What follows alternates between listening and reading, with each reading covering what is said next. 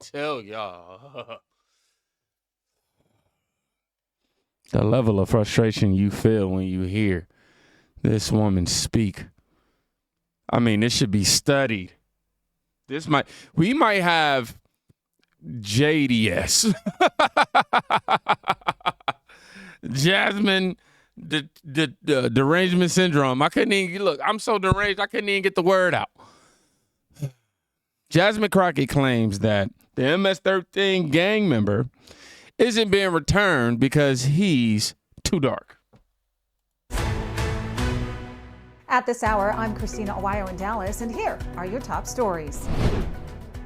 Texas Representative Jasmine Crockett is saying that the real reason that Killmar Garcia, the MS-13 gang member who was deported to El Salvador, isn't being returned to the United States is because he's too dark. Listen. So let me tell you something. This ain't about criminality. This is about the fact that he was a little too dark for them, and he ain't even that dark. But they don't like melanin. Melanin is the biggest enemy that they have ever seen. This is why they go after certain people. That's what you need to know at this hour. In Dallas, Christina Awayo. Yeah, man, y'all heard her say that whack crap. No, they're going after him because he's not supposed to be here.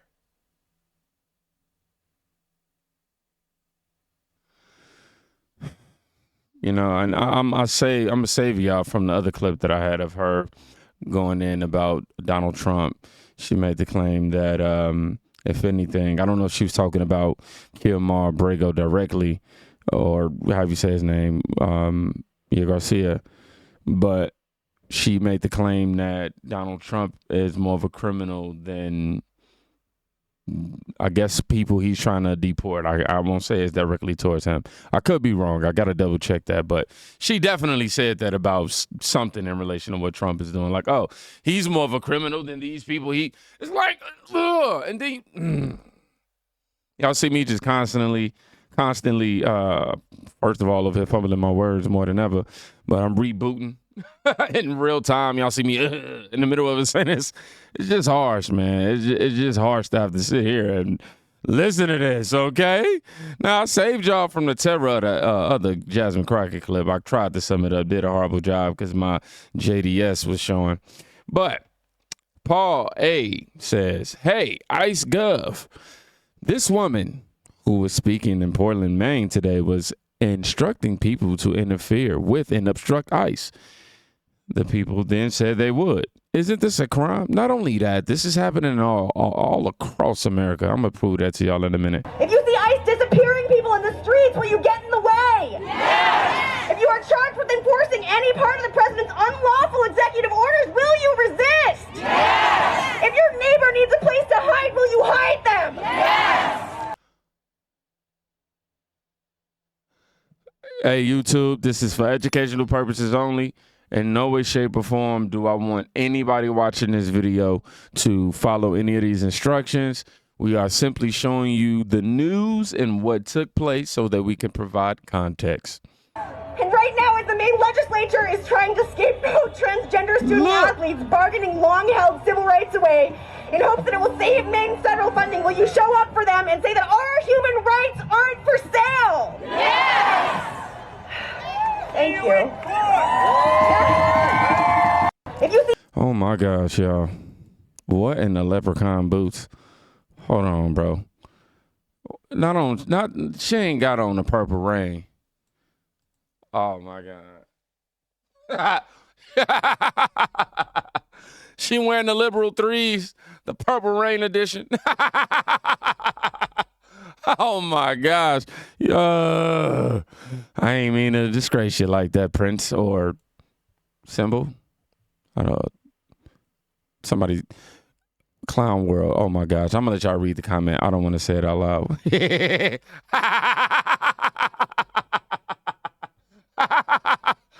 Oh my gosh.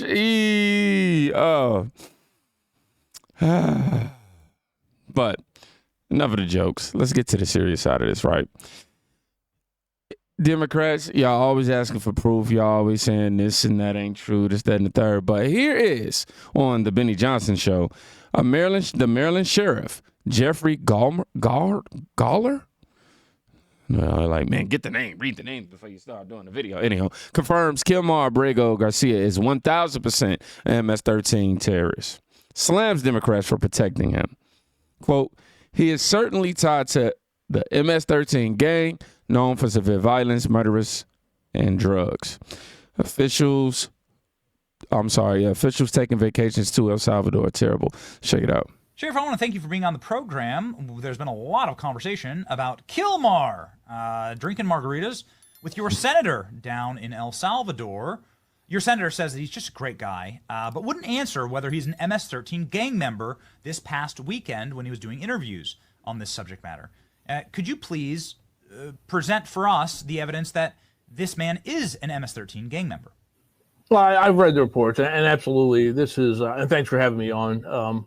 This is such a horrific story from the sense that this is the jurisdiction, if your listeners and the viewers aren't aware, this is where Rachel Morin's horrific murder and rape took place in my jurisdiction. My agency investigated that crime. And the Kayla Hamilton case from the year before, where she was killed at the hands of an MS-13 member illegally in the country.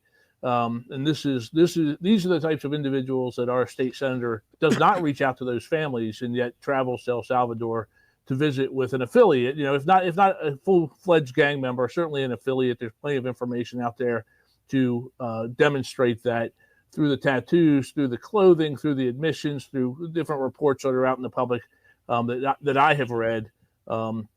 He is certainly tied directly to the MS-13 gang. And as people should be aware, MS-13 has been a gang that goes back more than 40, 50 years in this country, known for their propensity for severe violence, drug dealing, murders, and they rule with a iron fist. You know, MS-13 being a criminal illegal gang is about as common knowledge as gravity keeps us planet to the earth. So you said here in a recent headline that this individual is 1,000% an MS-13 gang member, followed up by President Trump that afternoon holding up this image of Killmar. The fact that his name's Killmar is really something else. His fist with the MS-13 tattoos. Does this vibe with you? Have you seen these tattoos, Sheriff? I've seen the tattoos, I've seen the pictures, I've seen the clothing, I've seen the reports of law enforcement and confidential informants stepping forward and confirming not only his place within the gang, but what some of the things that he is accused of doing in order to have the name that he had. I don't have those reports directly in front of me, but I've reviewed those reports as we've dug deeper into this issue and the visit to El Salvador again, and just how just tone deaf it is to go visit this individual in El Salvador. The talk that he was mistakenly deported. Well, he was deported by this administration, and as I understand it, that the immigration judge, two of them who heard the case, who also confirmed, both of them, that he was MS-13 member, agreed with his deportation, just not to El Salvador, and that's the big mistake that was made. That is more important to Senator Van Holland and many others on the left, instead of Rachel Morin's horrific death at the hands of a individual in this country illegally with gang ties, or Kayla Hamilton's death, both in my jurisdiction. Neither of those families did these elected officials, who are all taking vacations now to El Salvador by the busload apparently, have reached out to these families to say how terrible it is that our country didn't move to protect them from having a secure border, from having a proper way to come into this country, ensuring that those who are coming in don't pose a threat to our community members. It's terrible. Man. So there you have it right here, man. You have the sheriff of Maryland confirming that this is indeed an affiliate of the MS-13 gang, and also confirming, again, what we already know, which is about the ICE judges, or I don't know the titles specifically, confirming that as well. I don't understand why the Democrats really want to down this hill. So we got not a USC citizen, entered the U.S. illegally, member of MS-13, a designated foreign terrorist organization, arrested for human trafficking, assaulted his wife on 2 separate occasions, ordered deported by 2 immigration judges, deported to his home country, and he's not coming back, Mr. Pitbull adds. What a shame, man. Now, I told y'all that they are continuing to block or attempt to block ICE efforts in trying to retrieve illegal aliens. Yes, the left is taking it beyond too far at this point. Is this on the charger? Make sure it's on there. Come on, like. Okay, I'm just gonna have to pray it's working. But Democrat Wisconsin Governor Tony Evers ordered all state employees to obstruct ICE and other federal enforcement investigations, saying, quote, "Do not answer questions, including when an agent asks about someone you know or presents a warrant with an individual's name." What? Even with the warrant, bro? Let's see if y'all can. Nah, I can't see it like that either. Wow. Okay, y'all can see that one. There we go. Boom. There you go. Instructions for state employees encountering ICE or other federal agents at their workplace. 1, stay calm and don't rush. Notify your supervisor immediately. 2, ask an agent. Is this like a test? Or their name to see if the government, to see their government issue badge, verify the agent's stated identity and agency against the information on the badge. So they just want to breed entitlement here. They want to manifest a defense of entitlement. Like that's going to work. That woman at the beginning is literally telling people to help work against President Trump and work against the efforts of ICE to detain illegal immigrants.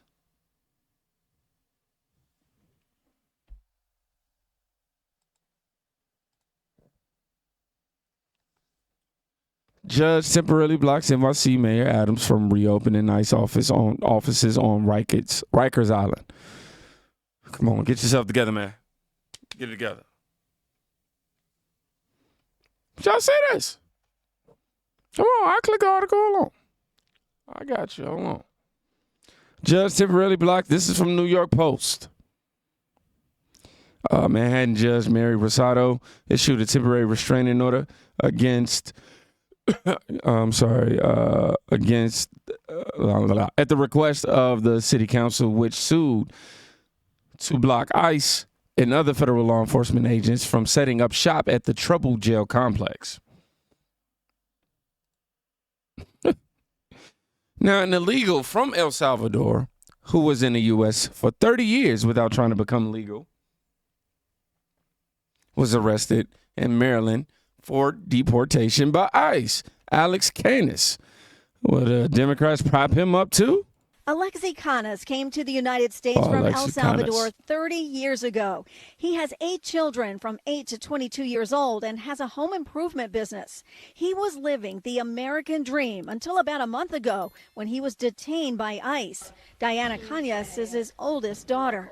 I'm having faith that it will be okay, but at the same time, I'm honestly really terrified. My family is terrified. His Frederick County family has not seen him since March 10th when he went to court for driving on a suspended license. He's now being held by ICE in Mississippi, facing deportation.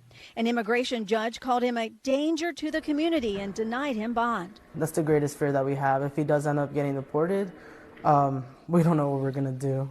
Canas confirms her dad was given a 2-day jail sentence, and when he was released, he was detained by ICE. The Frederick County Sheriff's Office has a 287G program where some officers are trained and cooperate with ICE. Canas was flagged through that process. Frederick County Sheriff Charles Jenkins says Canas was in the country illegally and made no effort to get legal status. It's going to be hard, strict enforcement. ICE has said that, the president has said that, and unfortunately, I guess you would categorize this as collateral damage. Jenkins defended the 287G program that led to his detention. When you think about the person, you think about the family, sure, you feel bad, there's heartache that goes with it. I feel sad for him, but again, I got to think of what's best for this country, what's best for Americans. The family acknowledges he should not have been driving on a suspended license. That was a mistake, but they never thought it would lead to him being deported from the United States, where he's lived for 3 decades. An online case search shows Kanyas has received dozens of traffic tickets over the years, but the family says Kanyas has no violent criminal record and works hard to provide for his family. They've been able to talk to him on the phone, and he helps them with his business. I'm also really proud of my dad that even in this bad situation that he's still willing to kind of keep his business running so that we have food on our table and a roof over our head as well. The Trump administration said it planned to crack down on illegal immigration and go after violent criminals and gang members. Kanyas' family doesn't understand why he was targeted. Really just surprised. I think he is the farthest from a violent criminal that there is. The family is trying to be positive. They don't talk about the possibility of him not coming home to his kids who are off school this week for spring break. They set up a donation site to raise money so they can hire an immigration attorney to help fight for his release. In Frederick County, Darcy Spencer, News 4. Now, News 4 reached out to ICE. We have yet to hear back. Kanyas has a court hearing scheduled for April 22nd. Listen. Like that guy said, hey, you can feel sorry for the family and all that, but the law is the law. We got to protect the American people, and I'm in 100% agreement with that. Even if my family was affected by this, I'm just saying it would be tough. It would be hard. I'm not going to denounce that. I'm not saying it's just easy and but the law is the law. You're here illegally. You're saying that you don't know how you got here illegally. My bad, y'all. I'm over here fighting with my charger right now. Trying to get my phone on. Somebody send me a new charger, please. Sheesh. Anywho, say his name. James McCammon. James was killed in a hit and run while trying to cross the street in a wheelchair. Fernando Lorenzo Raimundo, who is reportedly responsible for hitting James, is now in ICE custody. Lorenzo Raimundo was also arrested in 2017 on domestic battery charges. Are Democrats going to defend this criminal too? She asks. I don't know. Will Chris Van Holland use some more taxpayer money? He out here saying that he made the claim that he's been fighting MS-13 longer than Trump probably ever uttered the words. But there's no specific legislative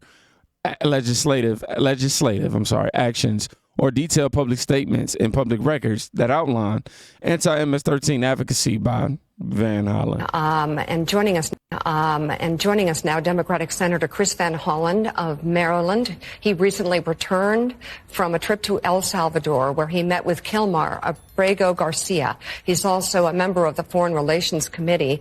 And Senator, Pope Francis's last words, final public remarks focused on this theme. How much contempt is stirred up at times toward the vulnerable, the marginalized, and migrants, Francis wrote in a papal address delivered on Easter Sunday yesterday by a Vatican aide to the crowds gathered in St. Peter's Square. And here we are, you on, I guess, just back now from El Salvador, dealing with the issue of just one of the many people who have been forcibly removed, disappeared.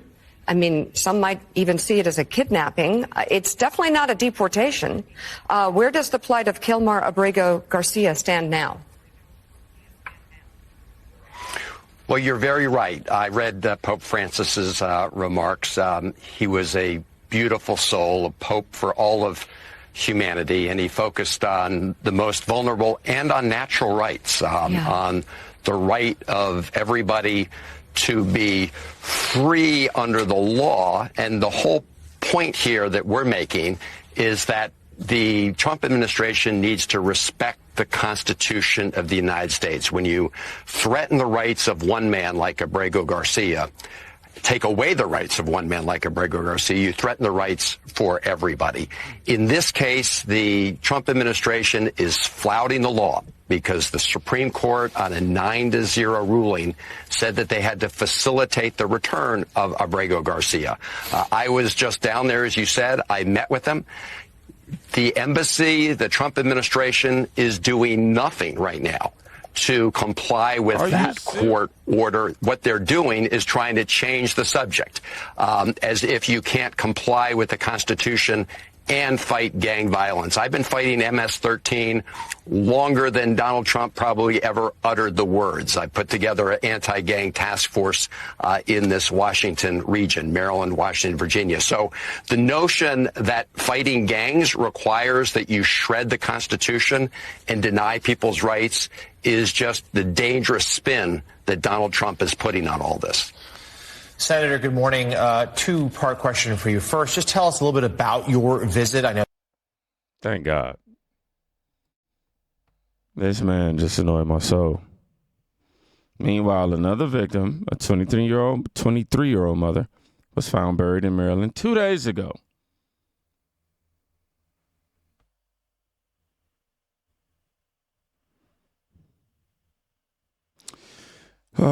But his claims definitely fall flat without proof.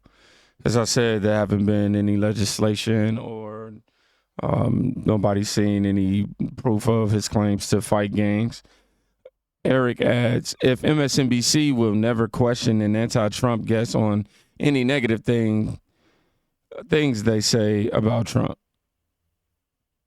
I don't know what that meant. He has never lifted a finger to fight anything until last week. A liar spreads lies. Says friends, another group of liars in front of microphones for an entity that promotes lies. I don't know, man. I think these people think if they keep repeating this court order stuff, y'all be safe. Go check on somebody today. You could be saving their life.